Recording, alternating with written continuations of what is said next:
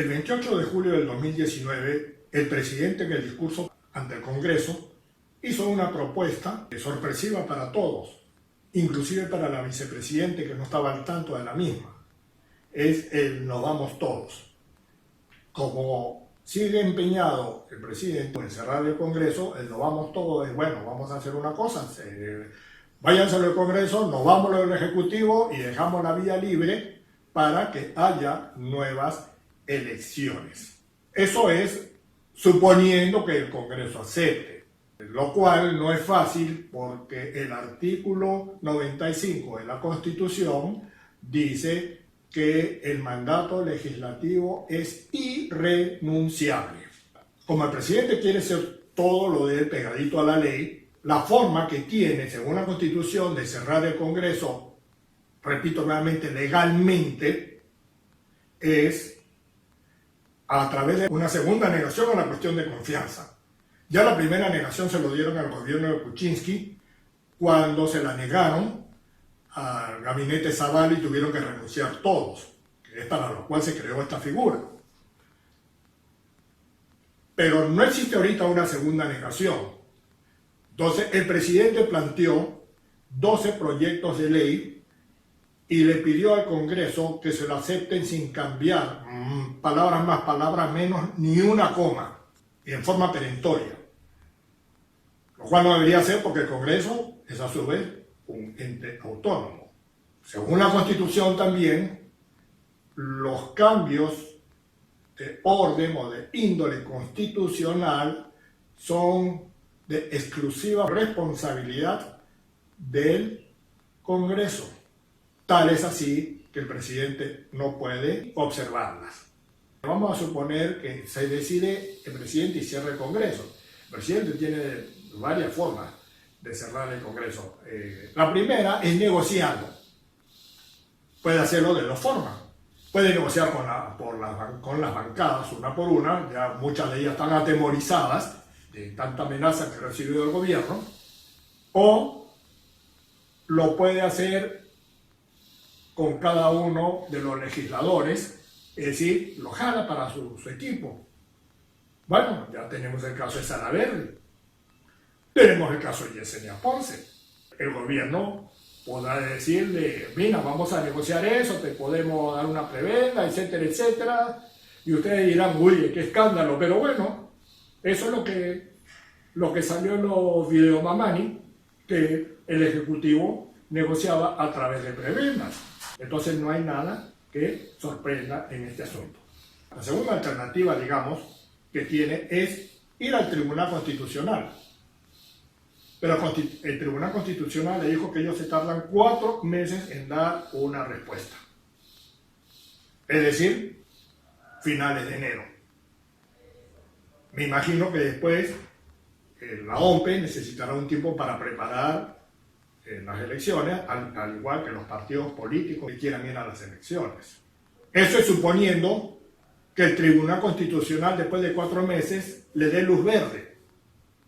Entonces se cierra el Congreso y se convocarán nuevas elecciones. Pero también le puede poner luz roja. Y si le pone luz roja, pues no, nada, tendrá que seguir así hasta el 2021. Pero si el presidente quiere apurar los pasos porque no hay tiempo, también puede hacerlo, como nosotros diríamos, a la prepo. Es decir, obvia al Tribunal Constitucional y él mismo decide que le han negado la segunda cuestión de confianza y por lo tanto él va a cerrar el Congreso. La primera alternativa podría ser llamar a los militares. Entonces es muy probable que los militares que se retiraron de la política el año 2000 y de ahí en adelante se han dedicado a tareas propias de su oficio, le digan, señor presidente, nosotros no somos una fuerza deliberante, creo que lo que corresponde es que usted vaya al Tribunal Constitucional y haga la consulta, es decir, lo va a remitir al caso anterior. Hoy en día, como les digo, el ejército se ha profesionalizado muchísimo. La única excepción a la meritocracia que ha habido, que al menos que yo sepa, la hizo Ollanta Humala cuando privilegió a los de su promoción en los más altos cargos del ejército. Claro, cuando uno favorece a uno, perjudica a otros. Y hubo perjudicados por esta medida. Hoy en día, el pueblo peruano está muy orgulloso de su ejército por el comportamiento que ellos han tenido. Otra vía más cercana al presidente es la policía. En la policía tiene varios aliados. Por ejemplo, tienen a este señor que en el Congreso se abrió la camisa para enseñar su chaqueta antibalas al estilo Superman. Pero este señor tiene jefe con coroneles. No estoy tan seguro que los generales les interese involucrarse en este tipo de problemas. Pero bueno, vamos a suponer que lo logra, que consiga gente de la policía que esté dispuesta a rodear el Congreso. Pues no saca nada, porque los congresistas igual se pueden reunir en otros sitios. Y toman la decisión de vacar al presidente por haber quebrantado el hilo constitucional. Alguien podrá pensar, bueno, se cierra el Congreso y se detienen a los congresistas. Pero eso ya son palabras mayores, ya ha pasado anteriormente, y todos los que intervinieron fueron condenados por sus actos lesivos para el país. ¿Y cuál sería el panorama que presenta el país en esta situación? Observemos bien. El presidente, entre comillas, cerró el Congreso. Es decir, no lo reconoce. Aplicó arbitrariamente la segunda cuestión de confianza y no reconoce al Congreso. Y puede convocar a elecciones. Aunque en el Congreso queda una gente, que son los de la comisión permanente, que hoy en día no necesariamente, bueno, de hecho no están con el presidente, con esta medida del presidente. A lo mejor si hubiera estado Salaverry, si hubiera estado con esta medida. Ese fue el gran golpe que recibió el Ejecutivo, porque contaban con ese aliado.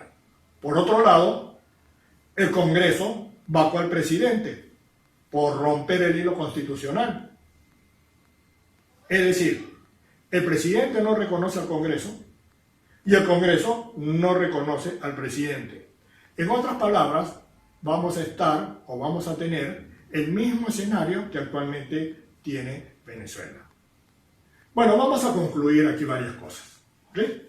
La primera es que a mí, como ciudadano a pie, al menos me gustaría que el Ejecutivo publique una lista de las situaciones donde ellos consideren que el Legislativo, el Congreso, ha sido obstruccionista, que ha puesto trabas al ejercicio de la presidencia. Esto no es vinculante. ¿Qué quiero decir? Que por el hecho que nosotros consideremos que este es el peor Congreso que hay en el mundo y en toda la historia, no quiere decir que nosotros podamos sacarlo. El que realmente tiene una conciencia democrática sabe que deben terminar su periodo. También podríamos decir que la medida no es constitucional. Claro, no es constitucional. Depende del constitucionalista. Hay constitucionalistas, normalmente independientes, que dicen que esa medida no es constitucional. Pero hay otros, normalmente ligados al gobierno o trabajan para el gobierno, pues se entiende por razones obvias, dirán que sí es constitucional. Habrá un grupo muy pequeño que no trabaja para el gobierno que dirá que sí es constitucional. Lo que sí debe quedar claro es que si se da esta aventura, tarde o temprano, el presidente Vizcarra será enjuiciado y condenado, el presidente y sus ministros, pero no los ayalleros, no los guaripoleros, no los saltimbanquis que andan gritando que cierren el Congreso. Los que se van a ver perjudicados, les repito, son los del Ejecutivo y bueno, la fuerza policial que se metió en este asunto.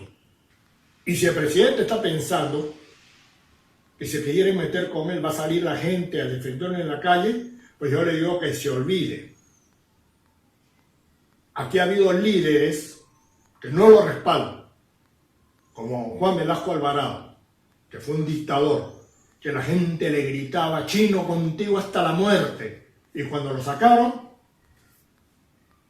nadie salió a gritar y a hacer un escándalo. El respaldo del presidente Vizcarra está en bajada. Y él piensa que cerrando el Congreso, puede subir las encuestas otra vez. Sí, puede subir momentáneamente, pero después va a volver a bajar. La vicepresidente Mercedes Arauz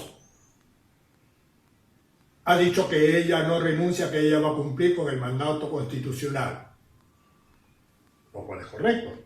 Si ella no se va, obviamente el presidente Vizcarra tampoco se va a ir.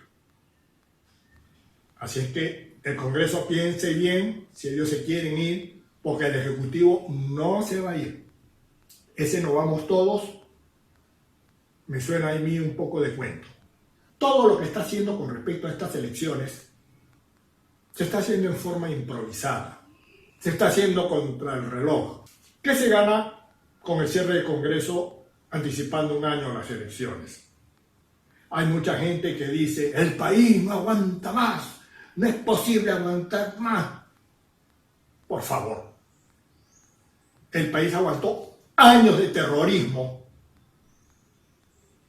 casi que toman el poder y me van a decir que no se puede aguantar más este Congreso mediocre. No es que defienda al Congreso, yo defiendo la institucionalidad. Entonces no nos engañemos con que el país no aguanta más, que desespero. Pase el año y castiguémoslo con los votos en las próximas elecciones del 2021, que es lo correcto. Como esto ha sido todo improvisado, lo que se va a crear es una incertidumbre, y esa incertidumbre, por las malas políticas o por la falta de política, va a hacer que el crecimiento de la economía sea igual a cero. Entonces ustedes dirán, oye, pero tú eres un agorero del desastre, que la economía está creciendo 2,5%, que es la que más crece en América Latina. No es la que más crece en América Latina, o sea, hay que ver los libros y ya está, las estadísticas. Pero si crece 2,5%, no estamos creciendo, porque el crecimiento de la población natural, me imagino que está como en el 1,5%. Entonces ustedes dirán, si nosotros restamos ese crecimiento natural, queda 1%. Y ustedes dirán, bueno, si crecemos en 1%, no, tampoco. Porque la migración en el último año ha sido aproximadamente, por poner un número pequeño, 300.000 personas. Y 300.000 personas es el 1% de la población peruana. Es decir, si también restamos eso, en otras palabras, si la economía crece 2,5%, y la población más la migración crece 2,5%, pues el ingreso per cápita no ha crecido en nada. En otras palabras, vamos a estar como Alicia en el País de las Maravillas. Estamos corriendo para quedarnos en el mismo sitio. Quiero decirle que este desespero por ganar un año no es ninguna panacea. Nosotros vamos a seguir siendo el mismo país tercermundista. No va a haber ningún cambio. Los cambios no se hacen con una varita mágica de la noche a la mañana o haciendo 2 retoques. Los cambios son mucho más profundos, son estructurales y a mediano y largo plazo.